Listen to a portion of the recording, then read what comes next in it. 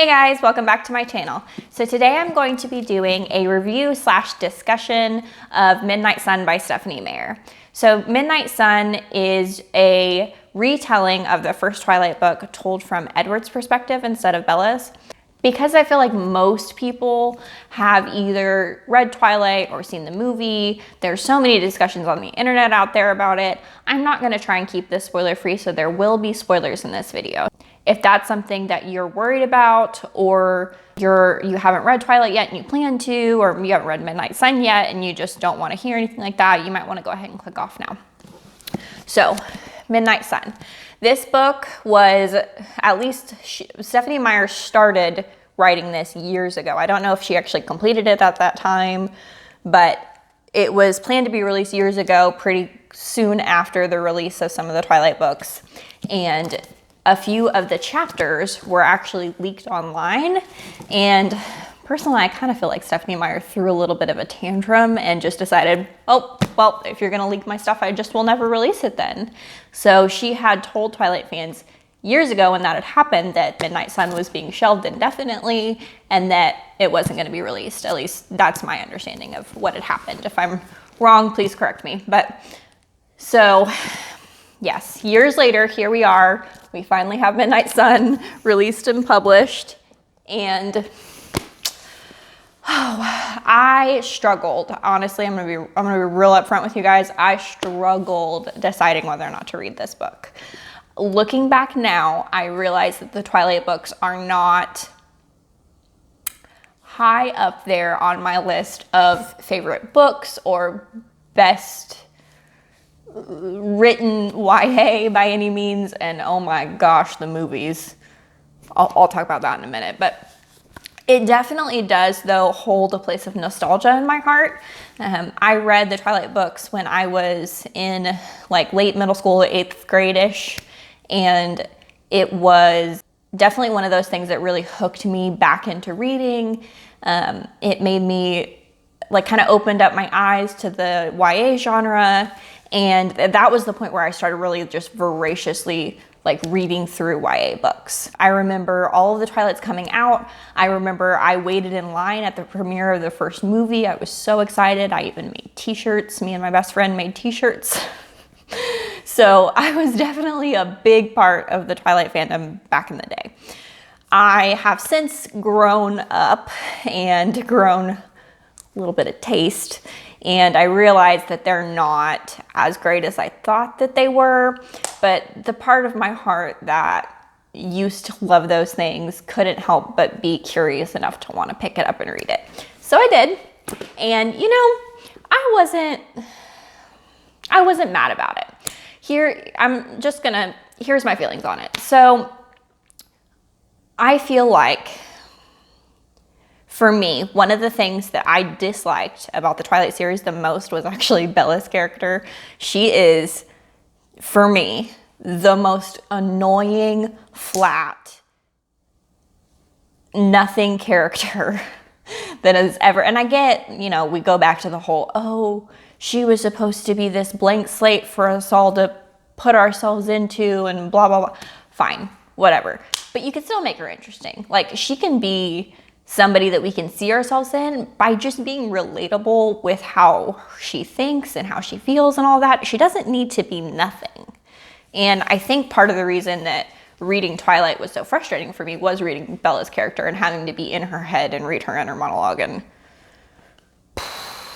it was not a good place to be. So for that reason, being in Edward's head was actually quite a bit more interesting to me. You know, he's supposed to be a 100-year-old vampire, and he has lots of interesting backstory, and his thoughts, for me anyway, were much more interesting and a lot more unique. And I don't know, I felt like the story from his side just had more interest to it. You know, the mystery was already gone anyway, so it's not like these were secrets that we were having to find out with him like we were when we were reading the original Twilight book with Bella. So that part was fine. It just, we got to see a lot more of like the behind the scenes and what went on with, you know, him and his family. And I don't know, it just, for that reason to me, it was actually better. It was more interesting. I personally think I would have liked the whole series better if it had been from Edward's perspective. And that's just because he's just a more interesting character to me in general. I will say, I want to touch on one of the issues I had with the books in the first place, and that I still have, and I don't really feel any better about.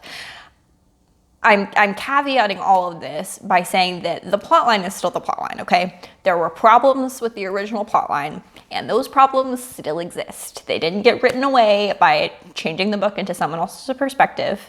Some of the annoyances of the narrative did, but I mean, the vampires still sparkle, okay? They're still sparkly vampires, and Edward is still basically kind of a stalker. You can tell me all of this reasoning behind why he is so creepily stalkery with Bella, but it still feels like he's a creepy stalker at the end of the day. Like, he literally climbs in her window and watches her sleep, starting at like one of the first days that he meets her, and he continues doing it every single night for months before they're even in a relationship, before she even likes him. Okay? He listens to her talk in her sleep, and like, I find the whole scenario just a little bit creepy. I don't know, more than a little bit creepy. He's a creepy stalker. And to me, you can see Meyer within the book really trying hard to explain it away and to make it make sense and to make it feel like he's less creepy than he actually is. But at the end of the day, he's just a creepy stalker. Okay, I'm done. I'm gonna stop ranting on that now, but it's just, oh, that part's rough. It's just a little rough, that's all. So, that being said, I enjoyed it overall. I'm not gonna lie to you. I want to say that I hated the book, and maybe that's terrible of me. I came into it expecting to dislike it. And while overall it is still Twilight, the plotline is still the same. Like I said, nothing has changed. There is still a piece of me that holds a place in my heart for the story, and because of that, I did enjoy it. It was one of those reads that, like, you know, everybody has those books or those TV shows or whatever it is for you that the entire time you're watching, you're like, this is so bad. Why am I still watching this? But you just do, and you just still kind of love it, and that like guilty pleasure, like, oh man, it's so bad that it's good kind of way. And that's kind of what Twilight is for me. And we're not even going to talk about the fact that reading this book put me into a binge watching of all 5 movies that are the most horrendous movies maybe ever created. Okay, except the Aragon failure.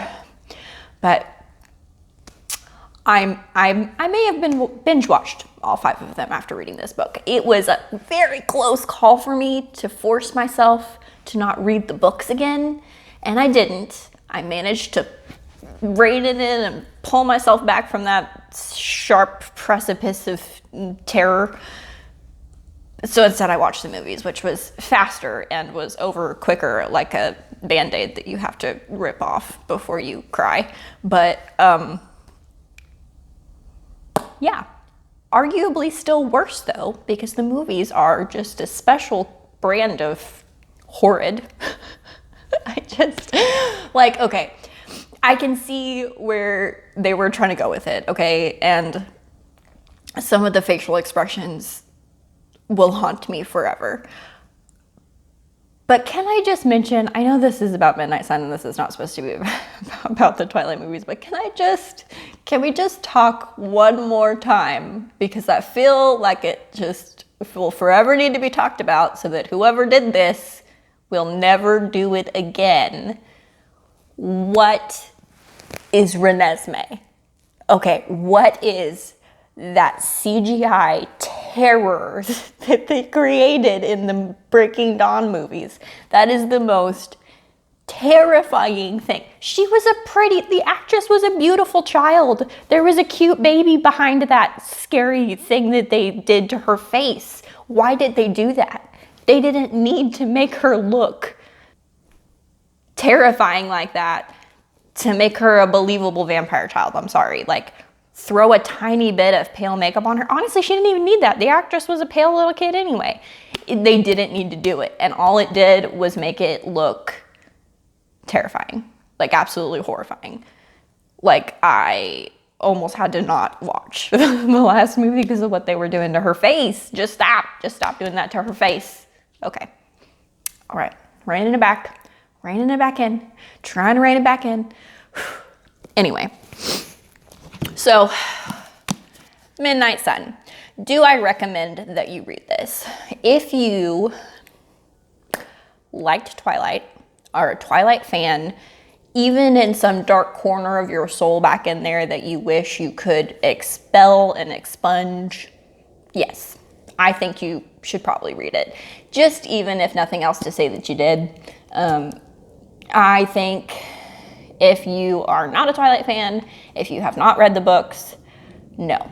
I would not say go run and pick this up right now. I think that there are enough people that this book has sucked in and clung on to the dark depths of their soul. We do not need any more. And honestly, if I'm looking at it objectively, from an objective point, at this point in my life and with the taste that I have now, would I read this? Would I recommend it? Not knowing anything about it and not having the past that I did with it? No, I wouldn't. It was not what I would call good on its own. Okay, if you're a Twilight lover, like I said, yes, it's better, I think, than the first Twilight book. But beyond that, that's about as good as my recommendation gets for this. This was one of those things, it just had to be done. I had to read it, I had to get it over with, I had to rip off the Band-Aid, and it's done now, and I'm gonna try and shelve it away in that list of things that I did that can be over now, that I've binge watched all the movies, and I will not be rereading the books because that would be dumb, and my to-be-read list is large and looming with lots of beautifully written, wonderful sounding books that have great plot lines, and the vampires don't sparkle, and there aren't creepy stalkers, okay? Anyway. I hope you enjoyed this review, discussion, rant. I don't know what this was. I'm sorry if this was all over the place. I gave it my best shot, guys. All right.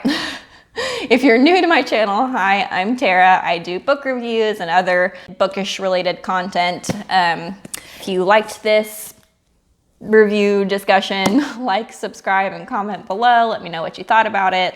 If you've read it, let me know your thoughts. I'd really be interested to hear what other people thought of this. Anyway, I will see you guys next time. Bye.